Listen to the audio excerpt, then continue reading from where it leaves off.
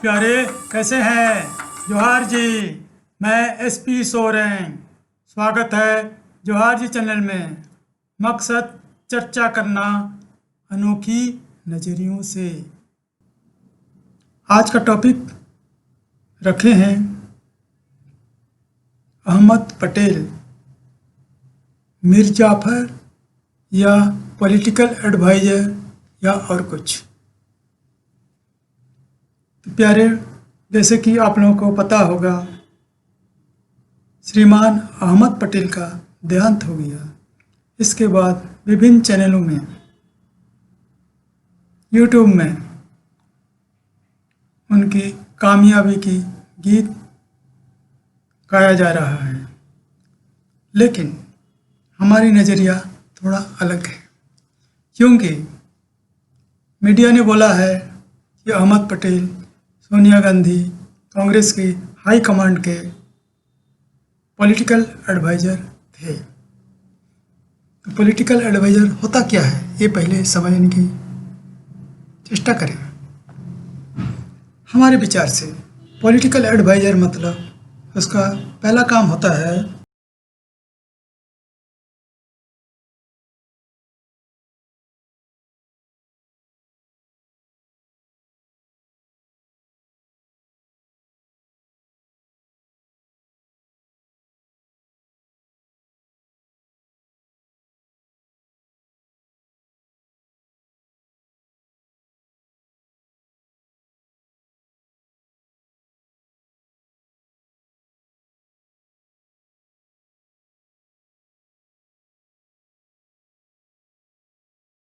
सरकार का जो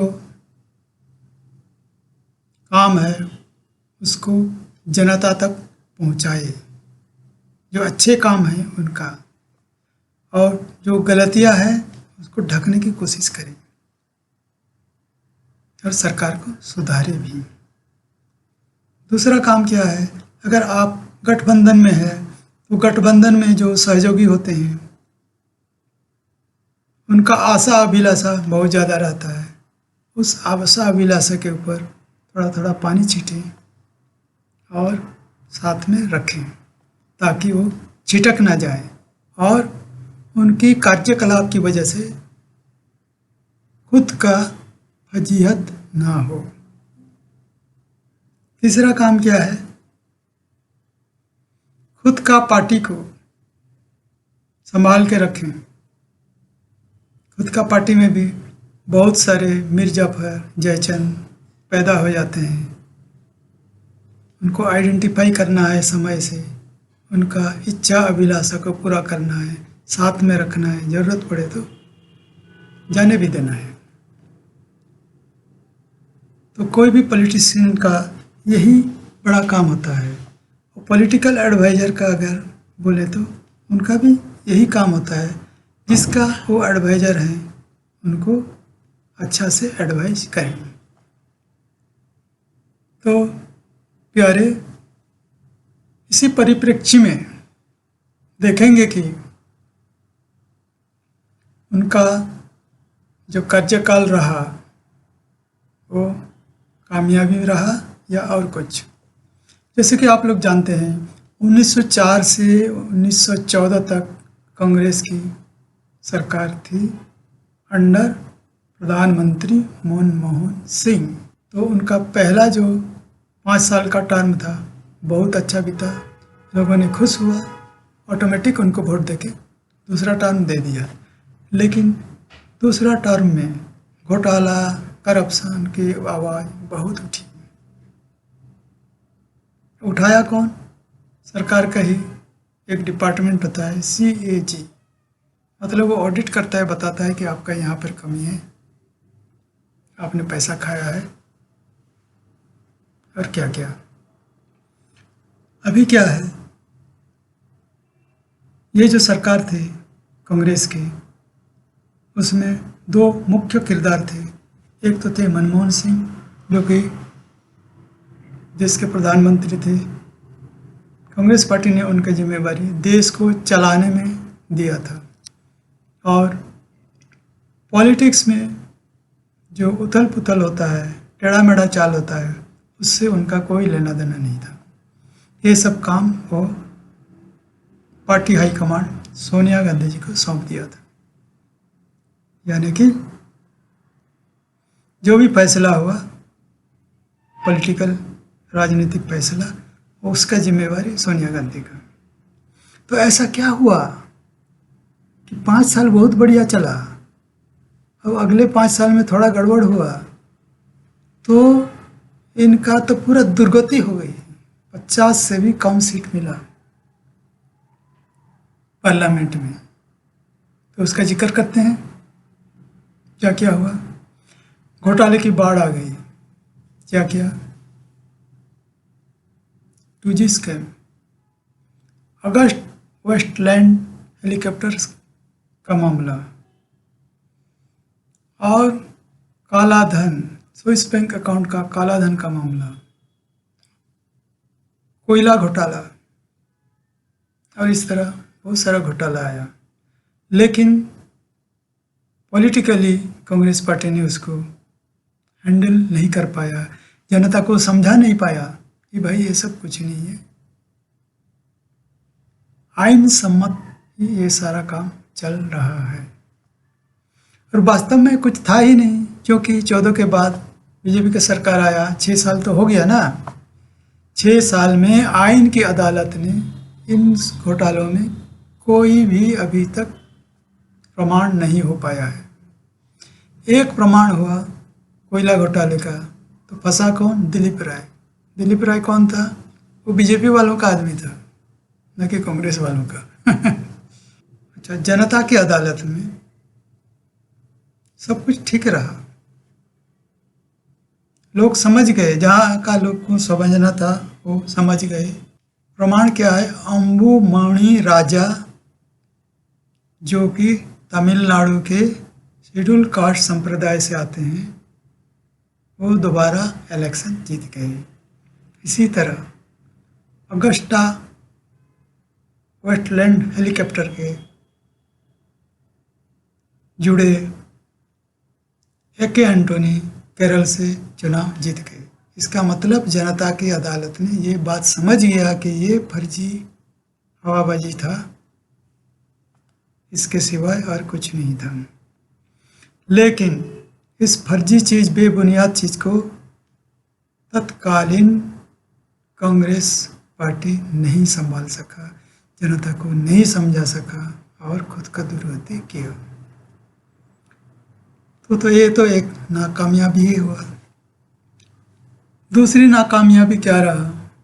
कांग्रेस की अच्छा खासा चल रहा था, लेकिन अरुणाचल प्रदेश और उत्तराखंड में बहुमत की सरकार थी, लेकिन वो सरकार को बीजेपी ने हड़प लिया और ये लोग कुछ नहीं कर पाए। क्या पॉलिटिकल करता है यार। इसके अलावा देखिए, कर्नाटक, मध्य प्रदेश, राजस्थान, ये सब राज्यों में जनता ने समझ लिया कि वो जो घोटाला घपला है वो यूं ही था, बेबुनियाद था, इनको फिर से सत्ता में पहुंचाया। यानी कि जनता की अदालत में क्लीन चिट मिल गया, लेकिन उस क्लीन चिट को कांग्रेस पार्टी ने संभाल नहीं सका और बिक गया उनका एमएलए, विधायक, फिर से बीजेपी आ गई। क्या पॉलिटिकल एडवाइजर क्या करता था यार, समझ में नहीं आता है। तीसरी है सबसे बड़ी चूक जो मानता हूँ मैं, आंध्र प्रदेश का डिवीज़न। आंध्र प्रदेश में क्या था? कांग्रेस का कुछ तालमेल था KCR राव, TRS वाला के साथ, कि तेलंगाना बना देंगे। अब तेलंगाना उन्हें ज़बरदस्ती बना दिया। अब तेलंगाना जब बन गया, उसका क्रेडिट किसका मिला? राव का मिला, कांग्रेस को कुछ नहीं मिला, जीरो। इसके बाद में जो आंध्र प्रदेश रह गया कोस्टल वाला, उधर का लोग नहीं चाहते थे कि तेलंगाना बने, फिर भी कांग्रेस ने बना दिया, तो उधर का लोग कांग्रेस को डिसक्रेडिट कर दिए। अभी जब चुनाव होता है तो तेलंगाना में एक ठो लड्डू, आंध्र प्रदेश में एक ठो लड्डू। तो ये क्या पॉलिटिकल डिसीजन है बताइए।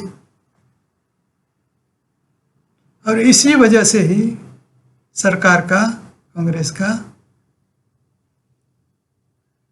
दुर्गति हुई और 50 से कम सीट आई। तीसरी क्या है, इनको जो है पॉलिटिकल एडवाइजर का, पॉलिटिशियन को पब्लिक को पहचानना पड़ता है, आपका दोस्त कौन है, दुश्मन कौन है। अब दोस्त जैसे आसाम का थे विश्वदीप शर्मा, उसको अच्छा से हैंडल नहीं किया, उन्होंने चला गया या बीजेपी में चला गया। ममता बनर्जी वेस्ट बंगाल का, वो भी कांग्रेस में थी, उनका भी हैंडलिंग ठीक से नहीं हुआ, वो भी चली गई। आंध्र प्रदेश का जगनमोहन रेड्डी, उनके साथ भी ठीक से बढ़िया से व्यवहार नहीं हुआ, वो भी अपना अलग राह पकड़ लिए।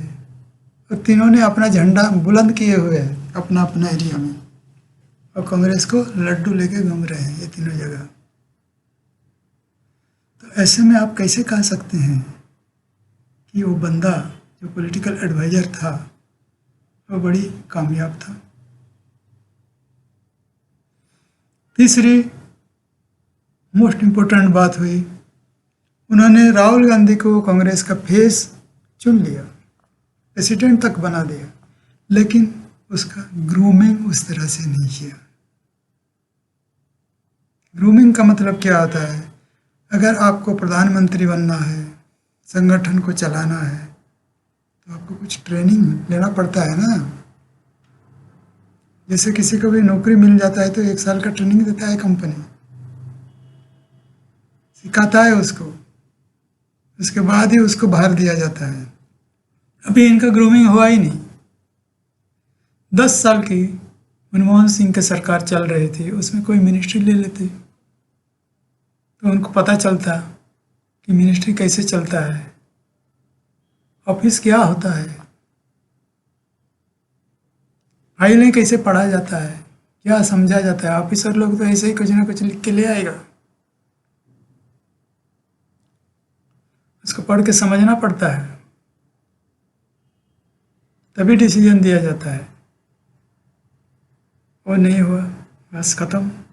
दूसरा क्या है, संगठन में भी जीरो, कहीं कोई ट्रेनिंग नहीं, किसी भी प्रदेश का प्रभारी नहीं बनाया।